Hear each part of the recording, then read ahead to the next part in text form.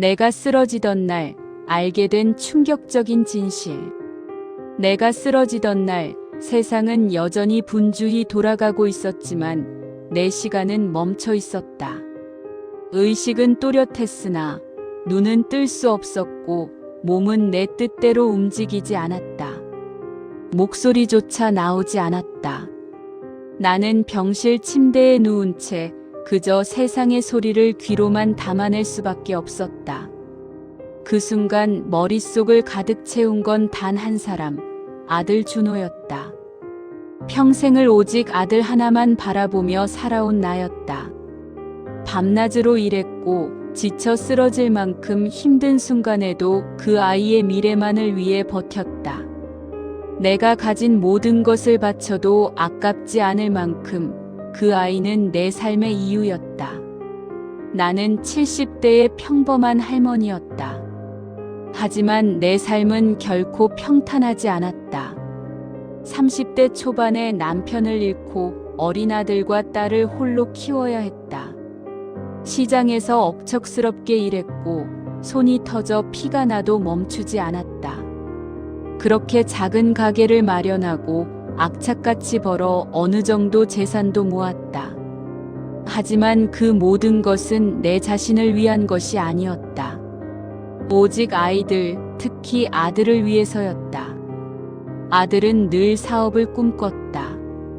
번번이 실패했지만 나는 한 번도 탓하지 않았다. 실패는 누구에게나 있는 법이라며 스스로를 다독였고 그때마다 사업 자금을 내어주었다. 며느리는 늘 고맙다며 내게 따뜻하게 대했지만 딸은 늘 서운함을 감추지 못했다. 어머니는 오빠만 챙긴다고. 하지만 나는 그 서운함을 제대로 받아주지 못했다. 아들이 성공하는 날만을 바라보았기 때문이다. 그러던 어느 날 내 몸이 한순간에 무너졌다. 의사는 과로로 인한 쇼크라고 했다. 나는 살아있었지만 마치 돌덩이처럼 움직일 수 없었다. 그런 나의 귀에 익숙한 목소리가 들려왔다. 그러나 그 목소리는 내가 기대한 것과 달랐다. 걱정과 위로가 아니라 재산과 유산에 관한 대화였다. 그들의 말은 내 삶 전체를 뒤흔드는 잔혹한 진실을 드러냈다. 아들은 이미 내 남은 시간을 계산하며 내가 더 일찍 세상을 떠났어야 한다는 생각마저 입 밖에 내고 있었다. 며느리 역시 상냥한 말투 속에 숨겨둔 욕심을 감추지 못했다. 그들의 관심은 오직 내가 남긴 돈과 재산이었다. 그 순간 내 심장은 천길 아래로 떨어지는 듯했다. 평생을 바쳐 사랑하고 믿어왔던 아들이 사실은 나의 존재가 아니라 내가 가진 것 때문에 곁에 있었음을 깨닫는 순간이었다.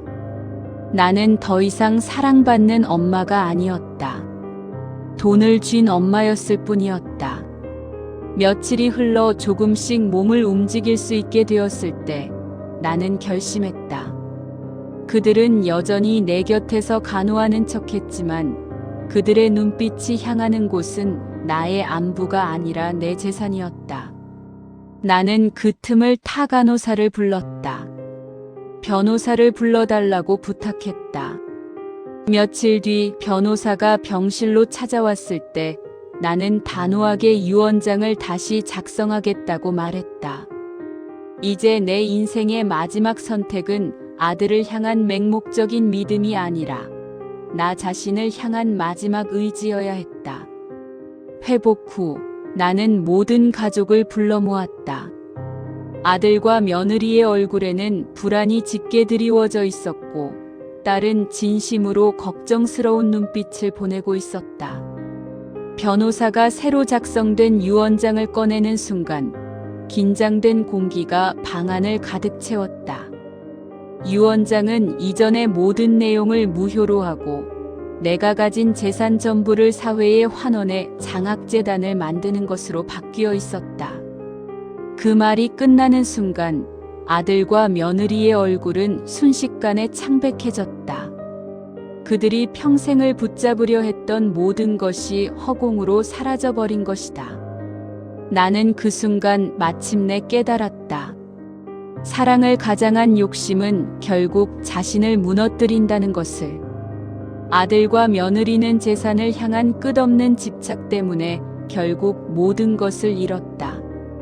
인생에서 가장 큰 배신은 가장 사랑하는 이에게서 온다. 그리고 그 배신은 가장 깊은 상처를 남긴다. 그러나 동시에 그것은 진실을 비추는 거울이기도 하다. 나는 늦게나마 그 거울을 마주했고 마지막 선택을 통해 남은 생을 후회 없이 살아가기로 했다. 내 재산은 이제 더 이상 탐욕의 씨앗이 아니라 누군가의 삶을 밝히는 불빛이 될 것이다. 이 이야기가 당신에게 작은 울림이 되기를 바랍니다.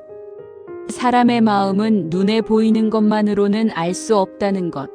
그리고 사랑이란 이름 아래 숨겨진 욕심은 결국 무너진다는 것을 잊지 마세요. 시니어 반전 극장은 앞으로도 더 깊은 이야기로 다시 찾아오겠습니다. 오늘의 이야기가 의미 있게 다가왔다면 구독과 좋아요, 그리고 알림 설정을 부탁드립니다.